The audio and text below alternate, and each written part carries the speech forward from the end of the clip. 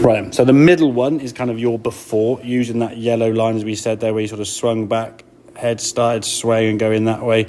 You've got on that left side quite a lot, the knees starting to brace. You start moving left and your brain goes, I can't any further. The legs start straight and your head then start kind of moving back. And it's just a bit kind of like rocking doll kind of thing, and very, very inconsistent. Your control of the club's not going to be as good as you want to, okay? As we said, when you stay behind the ball, when you sort of stay level with the golf ball, which you'll see, you tend to think like you're swinging the backswing again. Now, this is obviously a smaller swing, and these are the swings you should be making as you go back. That feels to you a sway. It's only moved to the side there because your head's kind of tilted with the peak of your cap. Your head's still in the same kind of position. The middle of your head there is pretty much the top of the hat that hasn't moved, okay? Just your head's turned this way side, okay? But you've got your left shoulder behind the golf ball nicely. And the feeling now is this moves in that direction as these comes down. As we said, whether one moves before the other or whether you focus on one from one day to the next doesn't really matter. As long as you're getting back into position where the arms are back in front and the club can kind of come back. So your impact position, we're a little more straighter onto target. The knee now is not going outside of your lead foot, whereas this one was kind of getting... So I mean, that keeps going, that's going to be a bit of pressure on your ankle. Not very ideal in terms of the physical of that joint, okay? If you want to try and move towards that left foot and then we sort of pivot around it, if you've gone there and you're pushing back off it, that's going to create a recipe of kind of just jumping away, losing a bit of balance, as we said. So this left-hand one is kind of more exaggerated and smaller kind of swings to kind of feel that motion.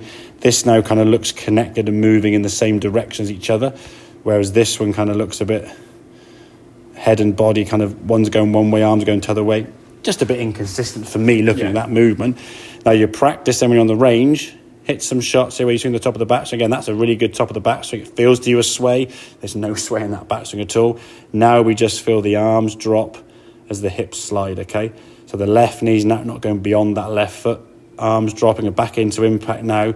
Your chest and shoulders are a bit more towards target. They're not spinning out the way. You kind of instinctively hit a golf ball, kind of massive hip rotation, hands way in front, kind of way left with the body. That impact position, there's much more kind of what we're looking for. Do 3 or 4 of these movements here. Nice little bit of shuffling, club face nice and square, body in a good position, all moving together.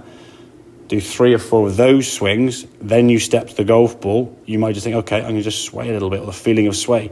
You're just rotating around your axis there. There's no sway in that swing. You're getting behind the golf ball. Now we can shift. Maybe didn't quite shift as much on that one there, but I'd rather you, I suppose, underdo it than go too far, and then find that you can sort of move that way gradually, but at least things are kind of moving together and a nice sort of shot pattern. As I said, when you had less of this steepness here, at least your bad shot was one-dimensional, It was just a bit too much of a cut. You got back here, and we're used to kind of backing up, so all you did was like a sort of pushy cut. Once you got used to the hips moving and the arms falling, the club getting back in front, your shape of shot was looking more kind of what you want to try and get. Your fade is something that you see consistently, I guess. We want to start that ball left to target. If the arms are kind of getting stuck behind here because your hips are spinning so much, how can the arms get back around the corner? You're either flipping your hands at it, which then creates a bit of a hooky one, which is why when you were here and then spinning, you would hit hooky ones, cutty ones, good ones, straight ones, high ones, low ones. There was a lot of variety in the shot, When we changed and just got, okay, there, it became one bad shot. Ideal, fine, not the best shot, but it was a consistent bad shot, a playable direction, and then once those arms started getting back in front of you, you started getting that ball towards target. So, okay, mate, makes sense? Yeah. Good man, very, very good. That's a great score at Kelton at 84, mate, so keep it up and we break in the old 80 barrier sometime soon, mate. It's doable. You hit the ball good enough, so there's nothing wrong with that at all. There's no reason why you can't do it, so that'll be the goal for maybe probably more next year, but it's a goal to go forward towards, isn't it? Definitely, so good stuff, mate.